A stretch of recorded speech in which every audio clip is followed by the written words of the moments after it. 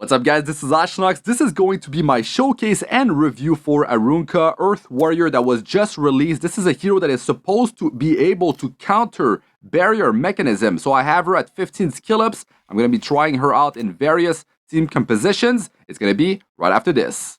This video is brought to you by Amazon Appstore and Amazon Coins. If you're going to spend for Arunka, you should do so by using Amazon Coins. You can save up to 20% on in-game purchases from games who are on the Amazon App Store. The great news is that Epic 7 is now available on it, and you can start using Amazon Coins to straight up get more out of what you're usually spending or end up with more spare cash instead. It's a win-win scenario.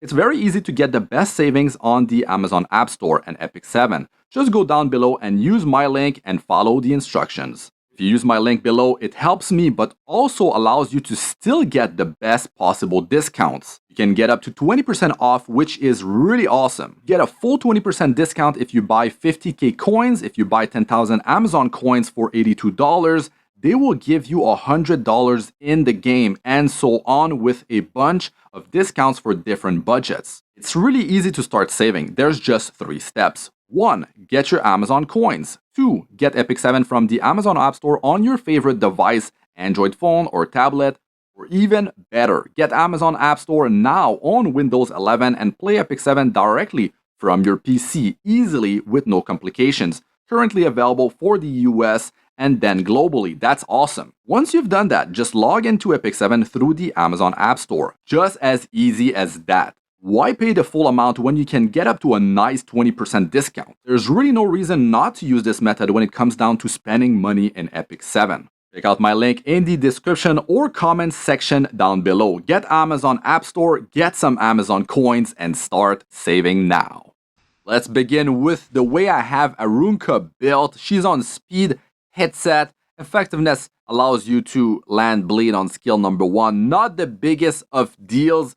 Now, the stats that I have on her is bruiser build, decent amount of health and defense together to increase her effective health, and I have quite a bit of attack. You get 30% more because of her passive, but you don't need to build critical hit chance, critical hit damage. She cannot land critical hits, so that's 2 stats you don't have to worry about, so you can increase your attack, defense, health, your speed, and some effectiveness instead. And it's easier to gear this hero. You might be just holding a bunch of gear. It might be in your inventory. It might not be powered up yet, but you might have those substats that you see that I have on my gear. And yeah, you might be surprised with the amount of stats you might end up with on a hero like this. This is the type of like hero that you build like Huayang, right? Now I'm using a little Queen's Huge Crown. This artifact allows her to deal more damage versus the hero with barrier. And you just saw here 25,000 damage, right? The thing to keep in mind is that there's no Aureus, it looks like, on Fallen Cecilia. So the damage could be reduced. She was at elemental advantage, of course, as well. So, you know, 110% damage instead of 100%. So these things allow her to just deal more damage. And you're going to be able to see other type of damage versus other heroes, different team compositions, different layers of protection, stuff like that. You're gonna be able to see all kind of damage with Arunka with 15 skill ups, so it gives you a better idea if you should be building this hero, if you should be investing your resources into Arunka. If you're having issue dealing with teams that have barrier, because the thing is, there's now that protection set from Golem that gives a barrier to the whole team. That has it 12% of the maximum health of the wearer of that set of gear. So that's something that you have to keep in mind. Barrier is going to be more widespread compared to how it was before. It's not just about like a Fallen CC in there bashing a Perlucia early on in the battle, maybe waiting out for a DN to use skill number 2. These things, you know, they allow Arunka to perform better, to do bigger damage throughout a battle. So there's other ways for the enemy to have barrier throughout the battle. There could be a Last Rider Crow on the enemy's team. There could have like a hero that just grants a barrier to themselves or to an ally. There's various heroes that can do stuff like that. And that's gonna allow you to just trigger that extra multiplier on Arunka with her skill number 3. right? And you're also going to be getting a combationist increase at the end of the enemy's turn that has a barrier, 10% after skill ups from the passive. It adds up. She's able to cycle faster. You're getting more turns in throughout the battle, and that means she can be, more on the offensive side and put pressure on the enemy more often, which is definitely good. Now, you might have to delay the skill number 3 in a team that has, Diane, Elena. You might have to just delay it, right? If you're too fast and you're opening up, well, that's the thing. You might want to go with a different build if you're finding yourself in a situation like this too often. So that's the thing that I have noticed.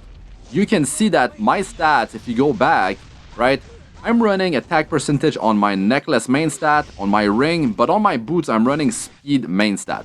You could opt for attack percentage main stat on your boots as well.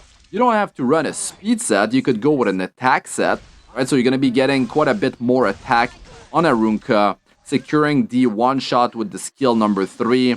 So that's definitely something to keep in mind. 102 base speed, not the greatest of base speed. If you want to scale that with a speed set, it's definitely not super interesting, but it's something. Points of speed, just allowing her to consistently get, more turns instead of another set. But you could be building her maybe more tanky. On a lifesteal set, you want to keep it slow, but also you want her to be able to sustain herself. Sigurd Sight could be the artifact that you opt for. Now, the problem that I have with Sigurd Sight is that it doesn't trigger until your HP is 50% or less, so you're not going to be getting the 25% attack increase. So the skill number 3 is really about making that one shot happen. And if you have to wait for yourself to drop below 50% HP, well, the enemy can just ignore you or something like that. And every point of damage really helps, right? Like every percentage of damage increase. So if you need to reach that condition to get the damage increase, yeah, you could be pretty sad in a lot of different matches. But if you want to guarantee the damage increase, right? Portrait of the Savior, especially if she gonna be opening up, the enemy needs to have 50% HP or more for the the damage increase. Or you could just go with the Guild War Unity artifact, right? You're gonna get some hit chance. You're gonna be able to get 16% damage increase. So that will definitely help her to secure the one shot. Having some hit chance, on her own artifact or Unity Guild War artifact or some other artifacts, right, will allow her to not miss so often. Evasion-based heroes or simply a hero that is holding a Moonlight Dreamblade, right? Like you're trying to get that extinction to happen on Arbor of Vildred. Let's say there's a Moonlight Dreamblade, right? And you miss your attack. You're dealing 70% of your normal hit instead of it being 100%.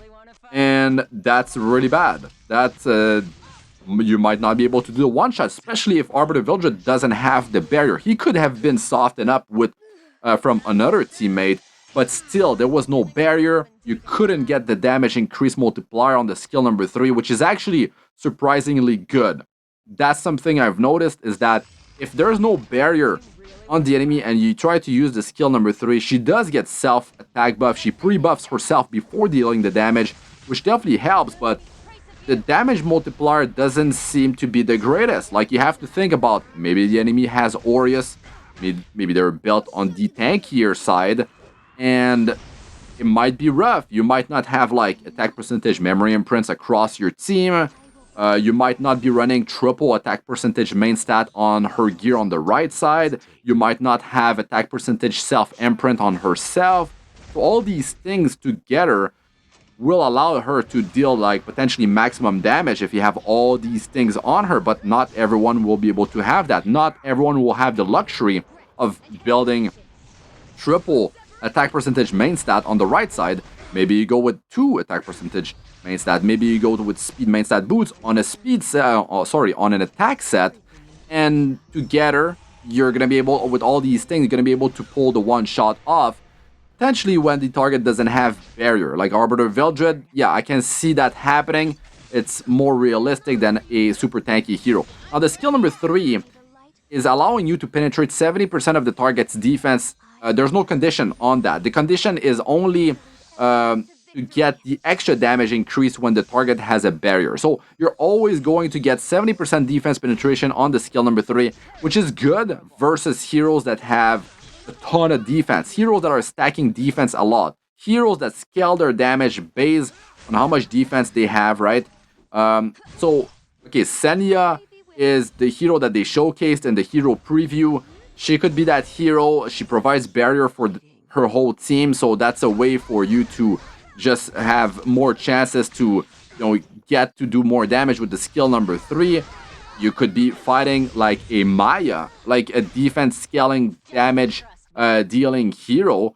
It could be a Lionheart Surmia, right? Like against these type of heroes, having 70% defense penetration, that's like having a defense break on the target without needing to actually land defense break.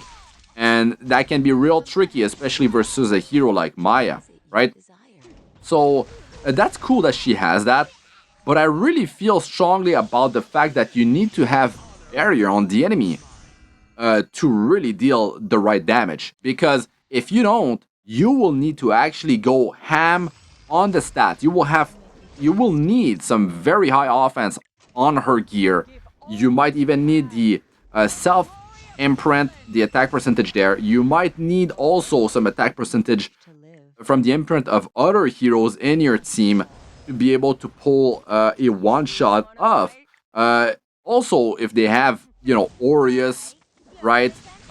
That's gonna be rough. That's gonna be rough. If you're fighting a player that's on equal footing to like how much gear you have, right? You might be in a rough spot. Like, I'm fighting in Challenger. I'm on the Europe server, so definitely not really competitive. There's no min-maxing happening so much. That's the thing. At 5 accounts, I can't be in Champion on all 5 accounts as a free-to-play player. It's just ridiculous, right?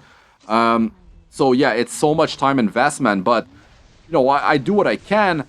And sometimes I got the right battles, they're geared properly, but sometimes you got a battle that's like a fine CC that doesn't have Aureus, and that's usually something that she should have to boost the team survivability, right?